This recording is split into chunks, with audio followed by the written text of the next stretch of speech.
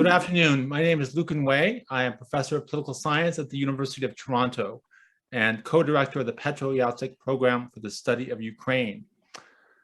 Today, we're going to discuss food security. Russia's war in Ukraine has not only been the largest war in Europe, it's had an enormous global impact on food supplies. Both Russia and Ukraine are important food producers in the world market, especially the developing world.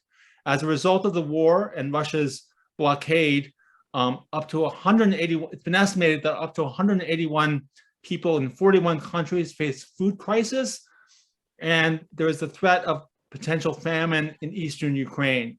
And let us not forget, in the developing world, food politics is incredibly important. In Africa, for example, food accounts for 40% of individuals' budget as compared to 17% in the West. So this is a hugely important topic for understanding both the survival, but also the politics of countries in these areas.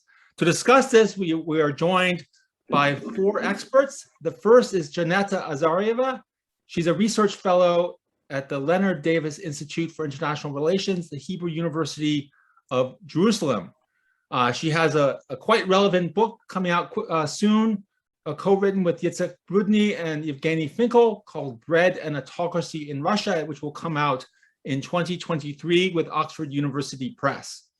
Next, we have Oleg Nivievskyi, who's an assistant professor and vice president for economics and education at the Kyiv School of Economics. Oleg is co-founder of the Center for Food and Land Research at the Kyiv School of Economics. I think you can see in the his background, his logo. Oleg has heavily contributed to several major reform programs in Ukraine, including the comprehensive land market reform and opening up of the agricultural land market. Next, we have Pavlo Martyshev, who's also a researcher at the Center for Food and Land Use Research at the Kyiv School of Economics. He specializes in applied research in agricultural markets. And he's written, together with his colleagues at KSC, a number of reports, including one on trade flows on Ukraine and that trade flows of grain and how that's been affected by Russia's invasion. And I think in the chat, the link is posted for those of you who are interested. Next, we have Vitalii Dankevych, whose idea this panel was. I'm thankful he was the one who first wrote me and suggested that we do something on this. And I agreed because it's really important. He's the Dean of Faculty of Law, Public Administration, and National Security at the Polissia National University in Ukraine. He has worked as a consultant at the World Bank, and he's the head of the Center for Strategic Research and Extension. He's also written a very interesting paper with Suzanne Wegla at Notre Dame, and the link, I believe, is posted. It's a PONARS posted paper that's posted in the chat as well. Okay, great. Well, it's really wonderful to have all of you here. I'm going to start with you, Vitalii. If you could just provide a kind of general overview of Ukraine's role in global food production, and then start the discussion of sort of Russia's attack on food during the invasion, or after the invasion. Yes, thank you for this opportunity. I try to tell you some information about Ukraine, about our agriculture, why our agriculture is so important for our country, and why agriculture of Ukraine today is very important for all other countries in the world. First of all, we need to understand that agrarian sector is one of the main for Ukraine. To analyze this, we need to analyze some data.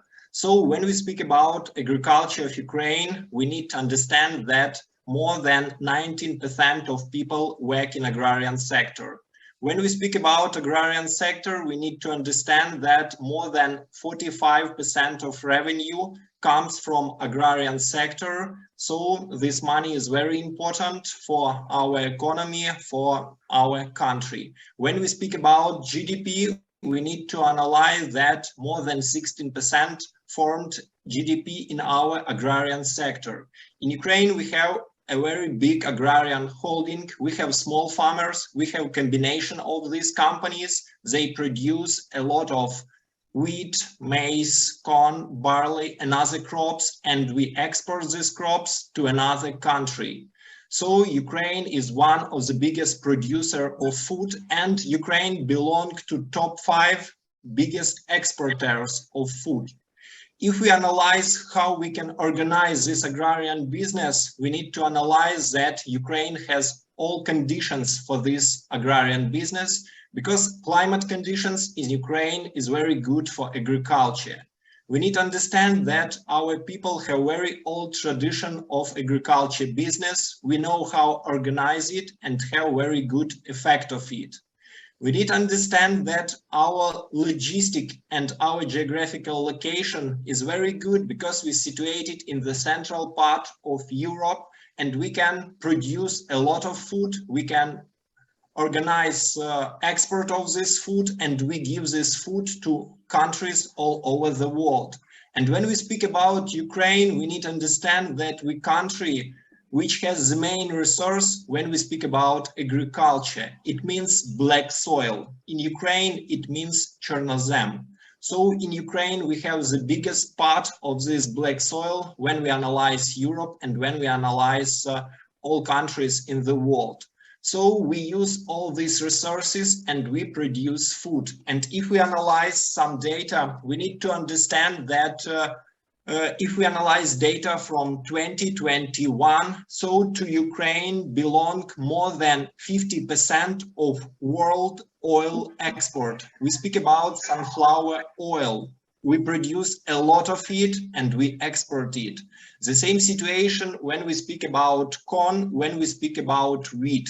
Ukraine is a country, sometimes it's different to find Ukraine in a map if you analyze, but if you analyze our position in the world of production of agriculture food, you can find Ukraine, because Ukraine belongs to the top 5 producer of agriculture. If we analyze data from 2022, and for example, if we analyze only one position, it's corn production, so we produce in 2021 for 24.7 million tons of corn, and we export it. We export it to China, we export it to United country of European Union, we export it to Egypt, Iran, Turkey, and another world. And why it's now very important? Because speaking about all countries in the world, now we can find a lot of people in the world, and they have a lot of problem with food. And Ukraine, when we speak about global market, Ukraine is a country which produces food and which export this food to another countries. And speaking about Ukraine and another people who need this food, our colleagues, Oleg and his team, they have some calculations that Ukraine produce food for more than 400 million people in the world. A lot of people, they need this food. And now we have a war, and now we have stop of logistics, stop of production, and a lot of problems. It's not only problem of Ukraine, it's problem of a lot of countries in the world. Great. Thank you for that introduction. That Oleg, Professor Nivievskyi, could you talk about sort of Russia's attack on the food sector a bit, and also Russia's blockade? Yeah. So here's the following situation that we have. It was interesting actually to look back and see how Russia behaved from the very first day of the war, even before the war, because the week before the war outbroke, Russia started naval exercises in the Black Sea, and even at that time, the risk of blockade, of port blockade, was very high. And we were discussing the implications of those exercises. But anyway, at Kyiv School of Economics at our center, we regularly monitor the implications or the losses and damages that were caused by Russia's invasion. So by June, our estimations based on the World Bank and European Commission methodology, this PDNA methodology. So we came up with the figure $4.3 billion of damages. So these are direct damages of assets. So broken silos, tractors, stolen tractors, or the harvest that couldn't be harvested. First of all, this is related to the winter crops. I will leave the links to those reports in the chat. So this is for all those that are interested to look at into the details. But $4.3 billion, this is basically approximately 15% of the accrued capital in agriculture. So that means 15% of Ukrainian agriculture is basically destroyed at the moment and needs complete revival. From the indirect losses point of view, Ukraine agriculture lost about $23 billion. So these are foregone revenues or increased costs because of the war, and more than this is about 50%, 50% of the revenue that the sector earned last year. It's also a tremendous effect. There are various reasons for that, but the major blow, I would say, despite the damages, is the blockade of the ports. Because over the last of the Ukrainian history, we had sort of reshuffling of the farming structure in Ukraine, so that the production portfolio of Ukrainian enterprises was really going towards really export crops that are exported via the seaports, via the sea trade. These are basically corn, wheat, barley, then sunflower oil and oil crops. So these are the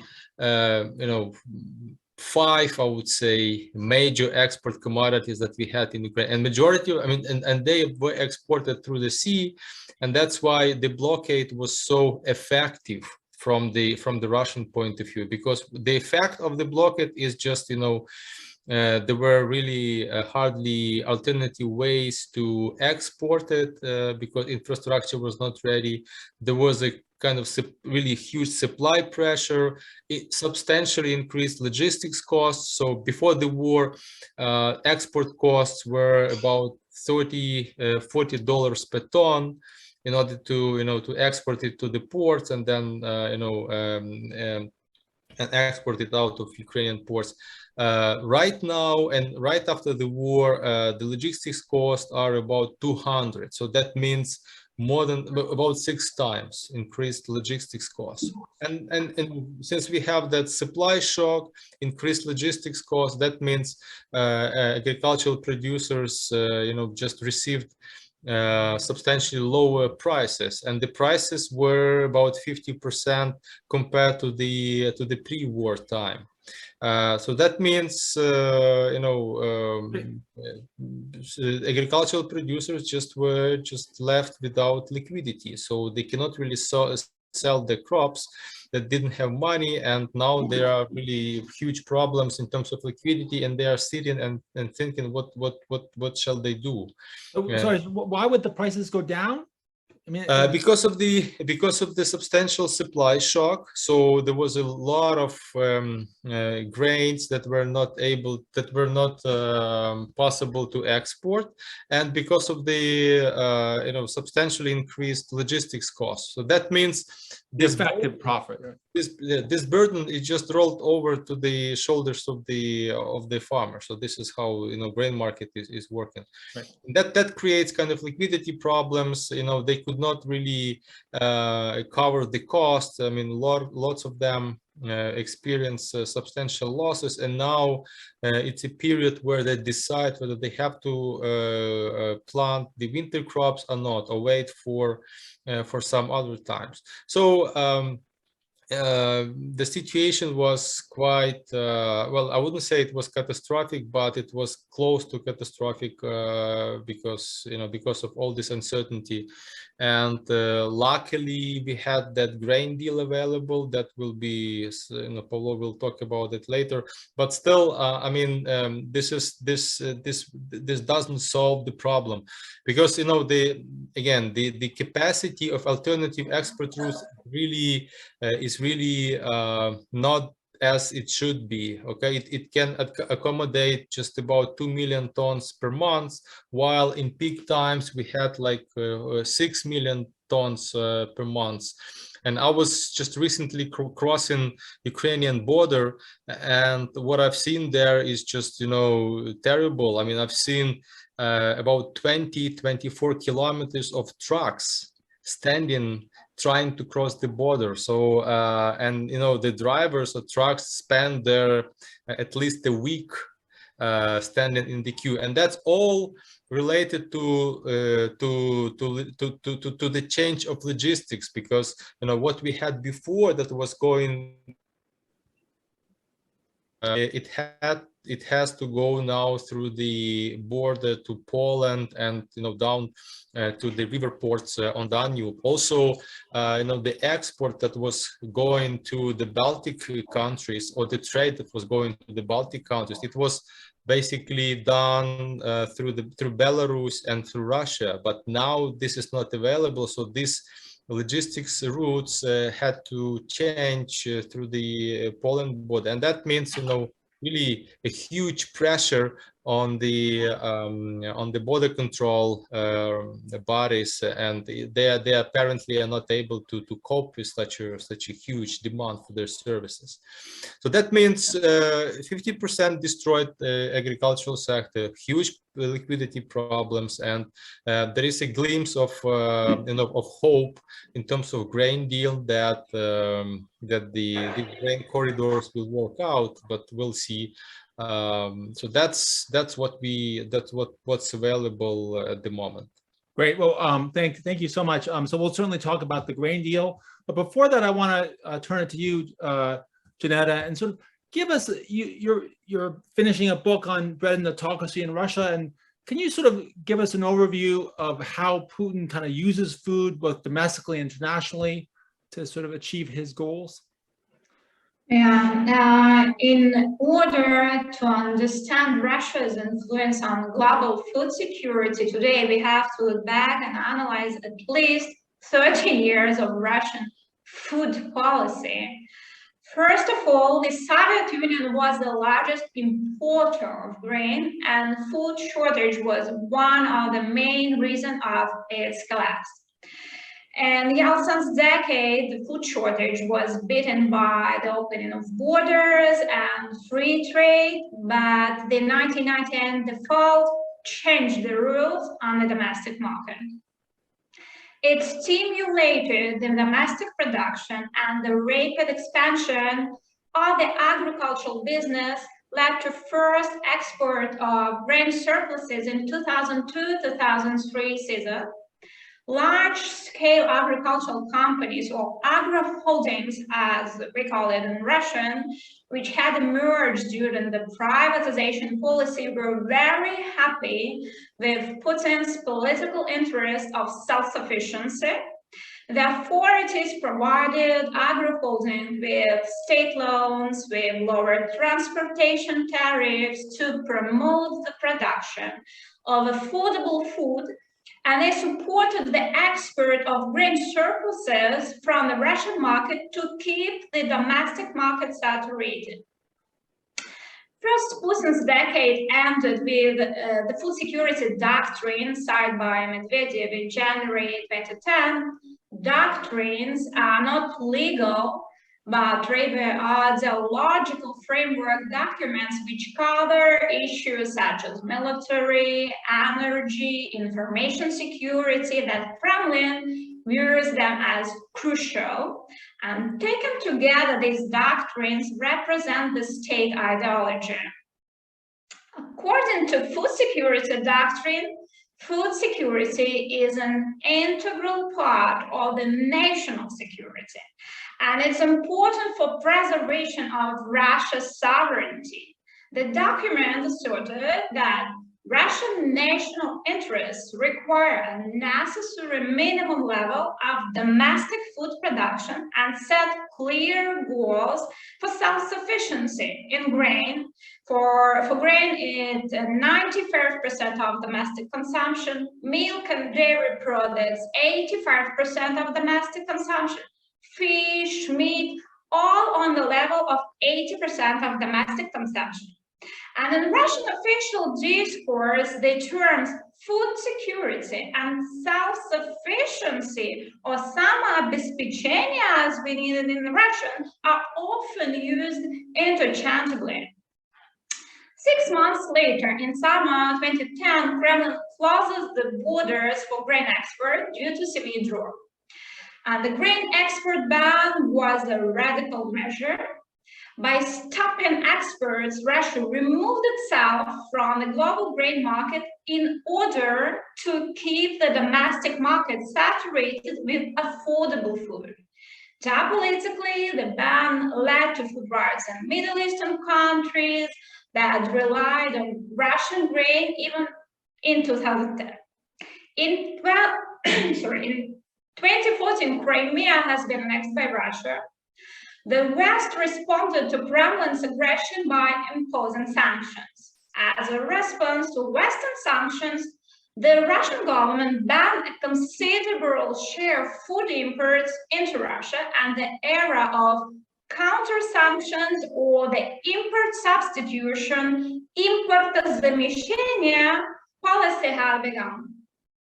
During the pandemic, the Kremlin's food independence policy also ensured that the global food instability didn't lead to food shortages in Russia and didn't threaten the regime's stability. In 2020, Kremlin prolonged the food security doctrine once again for another decade. The government started to monitor profits of food producers, but the indexation of pensions and salaries stabilized the domestic market once again. What happens today, a half year after the war had begun? Russia has the largest harvest in its history. It's about 140 million tons of grain and 95 million tons of wheat. It's 10 million more than in the last season. It was 1885, and this season they have about 95 million tons of grain, of wheat. Wheat export didn't stop during the war, and the prices on the global market almost returned to the level before the war began. The sanctions never cut the export of the Russian wheat and Russian fertilizers. Russian grain now is exported very slowly, but the reason now is not the sanctions, but the high price of the Russian wheat. First of all, because of the high export duties in Russia, which once again indicates that the Kremlin's priority today, as always, to keep the local market saturated with domestic food in order to prevent rising food prices that can undermine social stability.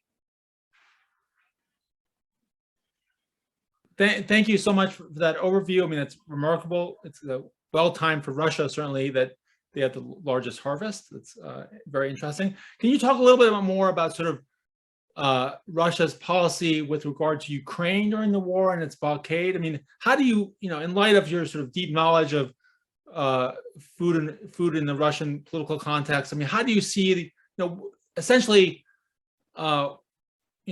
what are they hoping to gain from the blockade? What are they hoping to gain from destroying Ukrainian food production? We've all seen pictures of sort of burning wheat fields and the like. Can you sort of comment on that?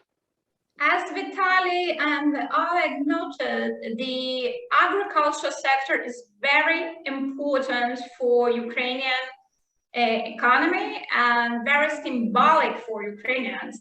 And the main purpose of Black Sea blockade is the economic blockade of Ukraine, since the grain export is one of the main channels of currency, and another logistic schemes, as Oleg noted, are very limited.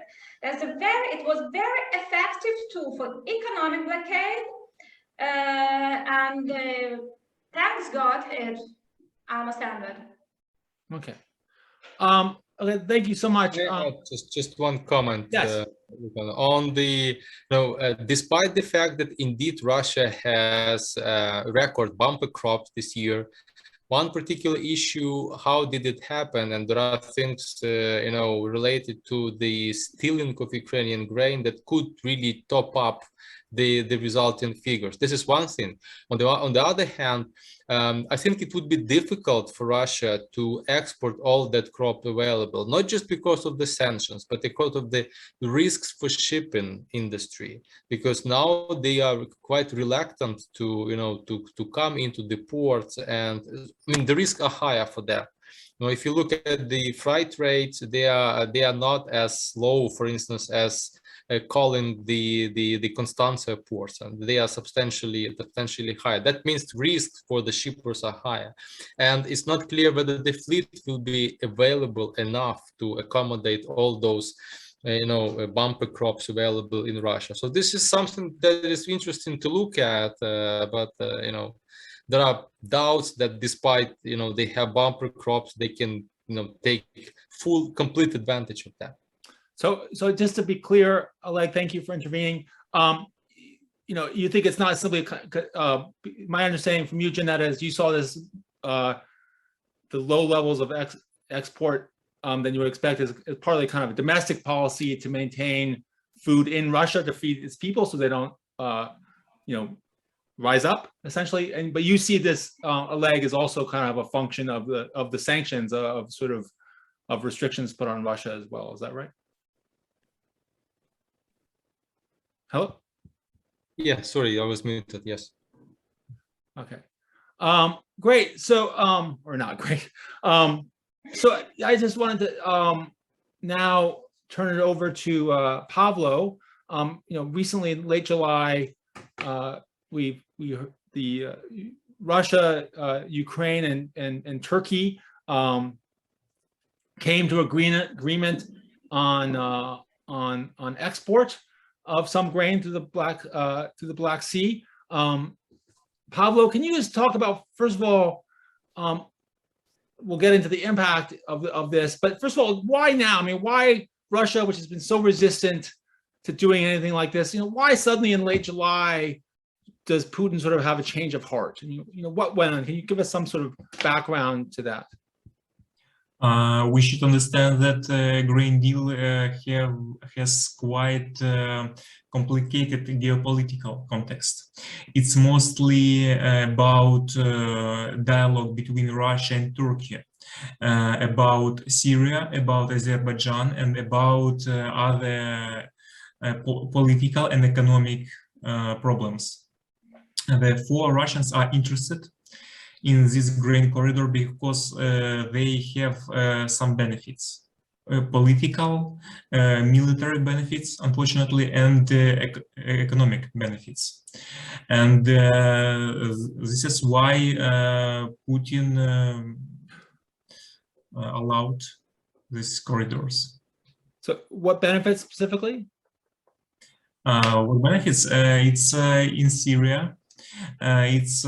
We don't know details. It's just a dialogue between these two presidents, but I think it is related to the military operation of Turkey in Syria and the influence of Turkey in Azerbaijan, in the Karabakh region, and also it's maybe about purchase of Russian gas by Turkey, because now Turkey allowed to buy Russian gas by rubles. Let's see. Okay, so this is part of a sort of larger kind of package deal with Turkey. Is that right? That sort of Russia gains benefit. What is kind of Pavlo, or sort of if anybody else wants to sort of come in on this? I mean, how important is this grain deal, and sort of how much does it address the sort of more fundamental problems that we've talked about so far? Yes, it's extremely important, and the deal was signed at the end of July, and it actually started from the 1st August. And so far, about 22 vessels have already left Ukrainian ports. It's slightly more than 700,000 tons of grains, oilseeds, and vegetable oils. And other 18 vessels are now in lineups, and they are waiting for loading. And therefore, we can say that in August, Ukraine will export through the ports slightly more than 1 million ton of grains.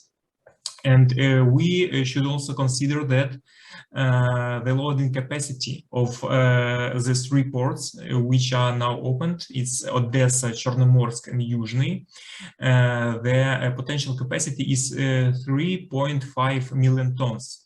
And we can say that Ukrainian grain exports recovered, but only partially. It can be expanded by 3 times. So it's about, are you saying there, so it's roughly what share of capacity do you think they'll be able to sort of export? I mean, that they have sort of in silos in Ukraine. So can you estimate that, or? We can say monthly data. 2 million tons can be loaded through the western borders, and other 3.5 million tons can be loaded via ports. And therefore, these 3 ports and western borders, these ways are enough to realize all the export potential for Ukraine for the upcoming marketing year. And it's slightly about 60 million tons. Yeah, and but for now we can see that the grain export is relatively slow. Well, yeah. Oleg, you want to comment on this and talk about the impact of the Yeah, I want just to add a couple of words on the implications, because after this grain deal was available, we did really rough calculations on the implications of the grain deal for Ukrainian economy, and we came up with the figures that it would bring up additionally $5.5 billion to Ukrainian incomes, to Ukrainian economy. So this is about 4.5% of Ukrainian GDP in the worst case scenario that National Bank of Ukraine came up with recently. So it would be quite substantial help to Ukrainian economy if this grain deal is indeed kind of implemented to the full scale. To be more specific about the price, we expect that this is gonna increase domestic prices for farmers by about $100 per ton. So this is kind of also substantial boost to Ukrainian incomes and farmers. So in terms of revenues, this would increase Ukrainian export revenues also by 30%. Also, so economically, as Janetta just mentioned, this is really key issue, okay, for Ukraine to make exports flowing through the ports. But then that raises the puzzle: if it's so good for Ukraine, I'll get to you.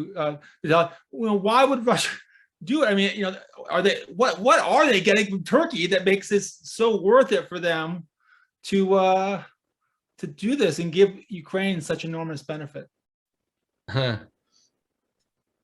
I mean, I agree with Pavlo that there are some political games under the tables because otherwise, it wasn't really in the benefit of Russia to give economic boost to Ukraine. I mean, if you look back and see the behavior of Russia in the very first days of the war, of the aggression, they didn't touch Ukrainian ports, although they could easily, destroy everything there. And I think that was in the hope that it will catch up Ukraine in the course of the couple of days. But then this plan didn't realize they couldn't really catch, they didn't really proceed with the idea. And then what happened, they started step by step ruining Ukrainian port infrastructure. First of all, that was Mariupol, then Mykolaiv, there were a couple of things coming in there, then Odessa, and that's it. So I think that was the strategy before the grain deal was really realized. At least this is my interpretation. And then this political agenda with Turkey just came up, and then we'll see how that's going to develop. And if the deal is still sustainable, I think we can be pretty much safe with the ports. But otherwise, everything is so unpredictable, and it can change kind of over the night. Vitalii, do you want to add? Yes, I want to add, when we speak about this topic, port is very important for Ukraine, because if we analyze all our export, for example, if we analyze it for 2021, so 90% of our export, we use our ports, 90%, and only 10% of our export, we use railway or another way. So now it's impossible using only railway or another way to export all products which we have. And we need only this way, and this is only beginning of our big export, but we need to use this way. We try to develop our infrastructure with European countries. We try to develop our railway station. We try to use all infrastructure, but it's impossible to organize export without our ports. So now we need to use it. So that 10%, is that sort of before the war, or is that even after what must have been an intensive effort to sort of develop this export capacity through Romania and rails? Speaking about nowadays, we try to find another way, but when we speak about last year, only 10%. Now we try to develop our railway system, but speaking about railway station and railway in Ukraine, it's different than in European Union. That is why it's very difficult to organize logistics using railway station. And when we speak about costs, it will be too expensive for agrarian company, because all our logistics is concentrated and we use our ports. So can you, I'm going to open this up to whoever wants to answer this. I mean, what is the storage capacity going on right now? How much, grain is in silos in Ukraine? And first of all, generally how much, but also sort of how long can that grain be there without, while still remaining usable? So does anybody want to take this on? Yes, it can be stored 2 or 3 years or even more. But if we speak about capacity, if seaports would not be open, then we will face the shortage capacity maybe 10 or 15 million tons. Okay. I'm sorry, say that again. And the main problem now, not capacity, but money. Speaking about agriculture producers, they have harvest from 2021 and they don't know what to do with this harvest. And speaking about saving it, agriculture company needs spend a lot of money for saving, but they don't have this money, and it's the main problem. So they have their harvest, but they don't have money and don't know about their future. It's the main problem. What about the domestic demand in Ukraine? I mean, to what extent can that sort of make up the shortfall, or is that, I mean, I assume that's quite limited, given the state of the Ukrainian economy. And how does that kind of fit into the equation? Oleg, can you talk about it? Hey, I would comment on your question the following way. So the domestic demand is shrinking. I mean, due to various reasons, due to really rampant immigration. So we have around 13 million of internally displaced people. About 4 million left the countries.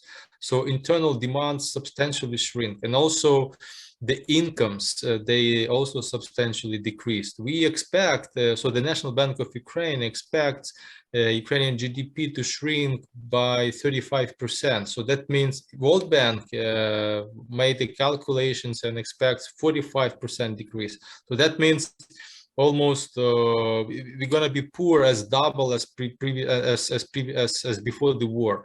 In that respect, domestic market will not help up a lot. And also, in order to process that stuff, and there are such an idea, because indeed, I mean, you have so much excess supply available in Ukraine, you can process it into the more higher value added product.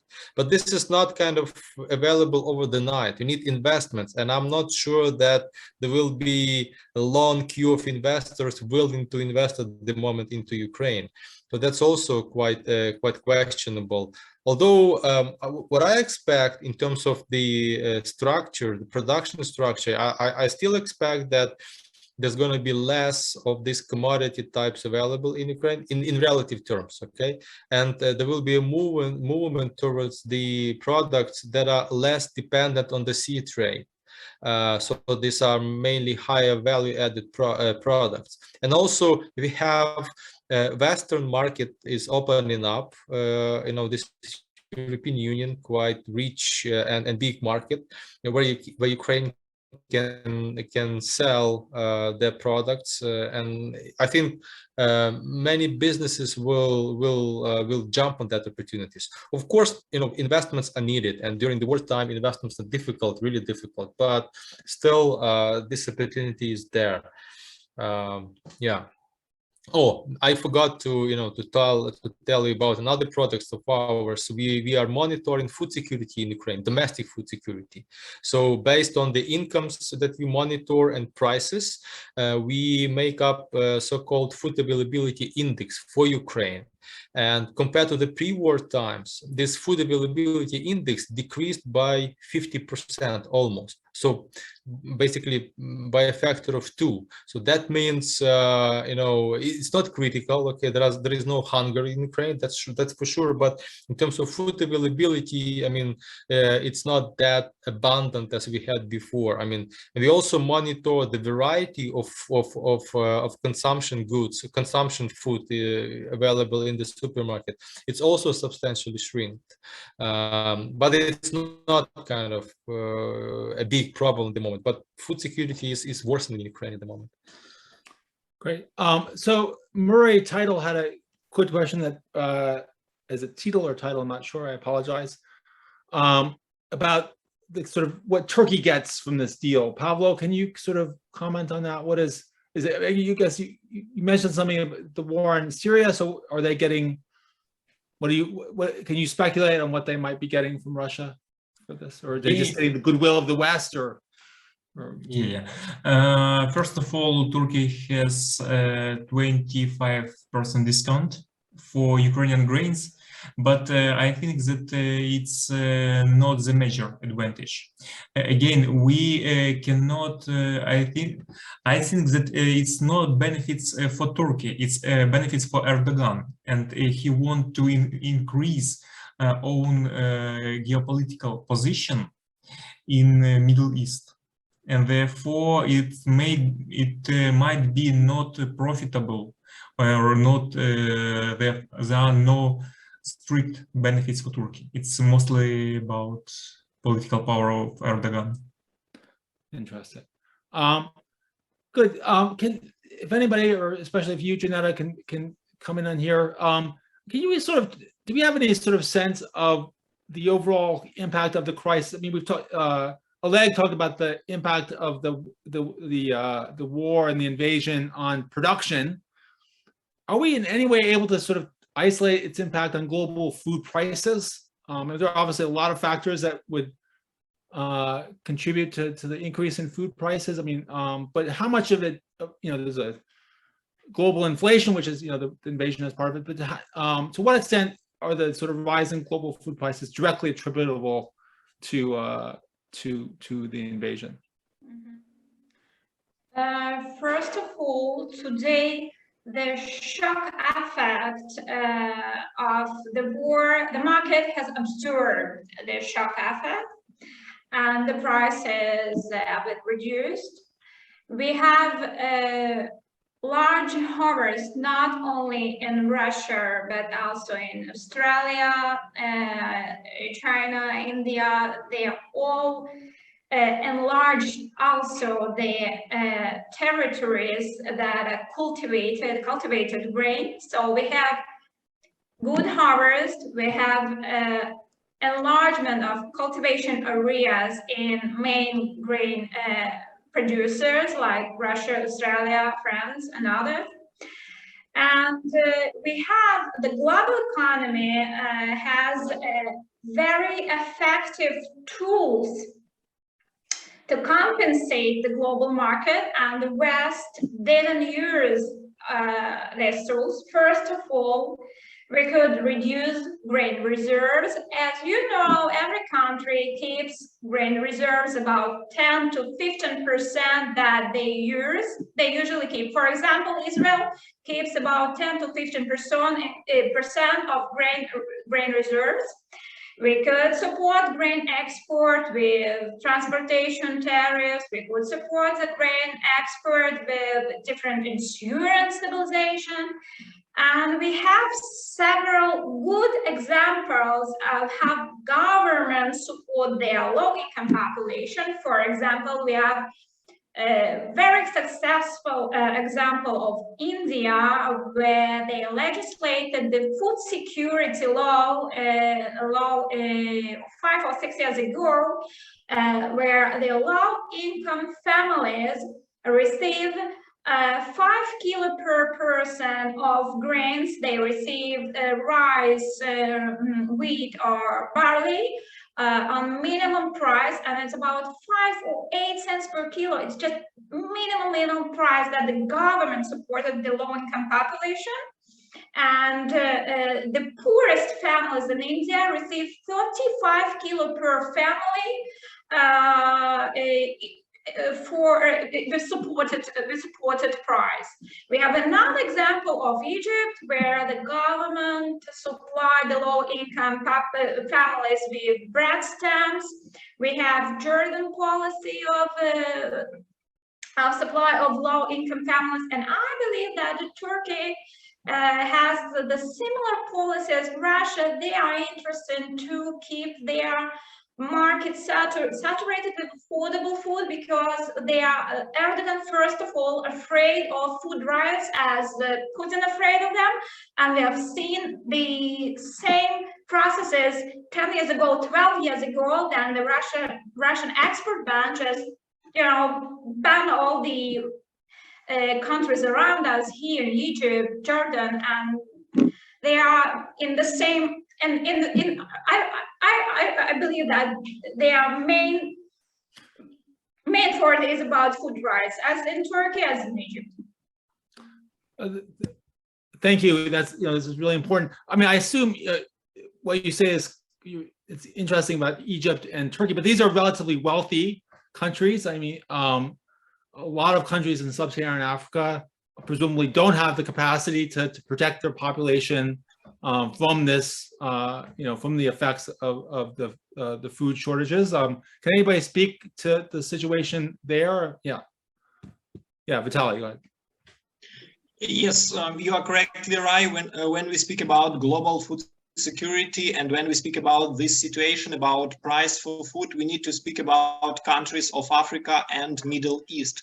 We need to analyze that Ukraine, a country which produce food and export food to a lot of country in Africa and Middle East. And speaking about this country, for them, it's very difficult to find another producer and producer of this food, because we speak about logistic, we speak about price. So in this country, it's a very big problem. And now a lot of people speak about humanitarian crisis in this country, and we can prognose some migration crisis. So it will be a very big problem when we speak about country of Africa and country of Middle East.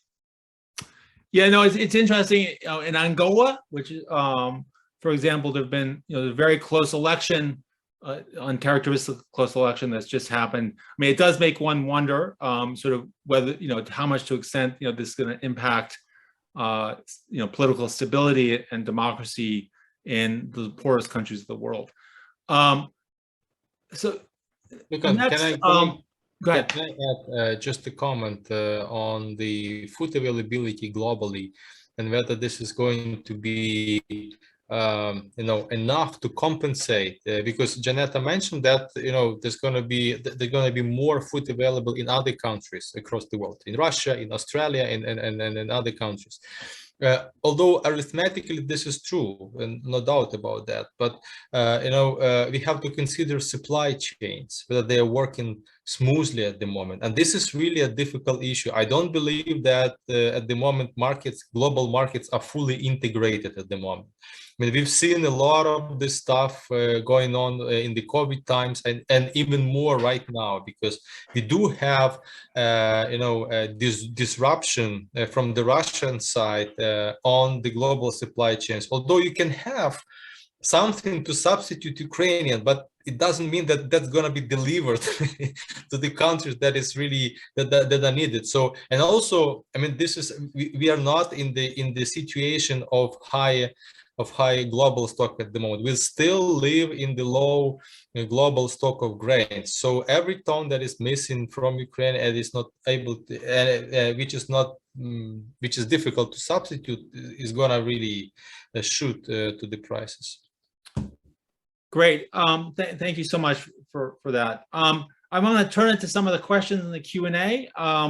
Unless anybody else has something to say on these topics. First of all, Alexander Belikov has an interesting. Vitalii, did you want to say something on before we move on to? Yes, speaking about speaking about this topic, we need to understand that speaking of the beginning of Russian aggression in Ukraine and speaking about our agrarian sector, it's difficult to cultivate more than 30% of our territory. Some of this territory was occupied and Russian destroyed infrastructure. In some of this territory, we have a lot of means, and we need a lot of time to gain this territory back to agrarian situation. So when we analyze our potential, now we need to speak about 30%, which is very difficult to use, and we need to invest a lot of money to make it safer for agrarian business, because we have a lot of cases and you can find this picture in internet where our farmers die in fields. It's a very big problem. And now we have a lot of such cases. I'm sorry, you said die in fields because they were presumably from Russian attacks while they were farming. It was from Russian attacks or from mines, because we have a lot of fields and they try to stay mines in these fields. So it's very dangerous.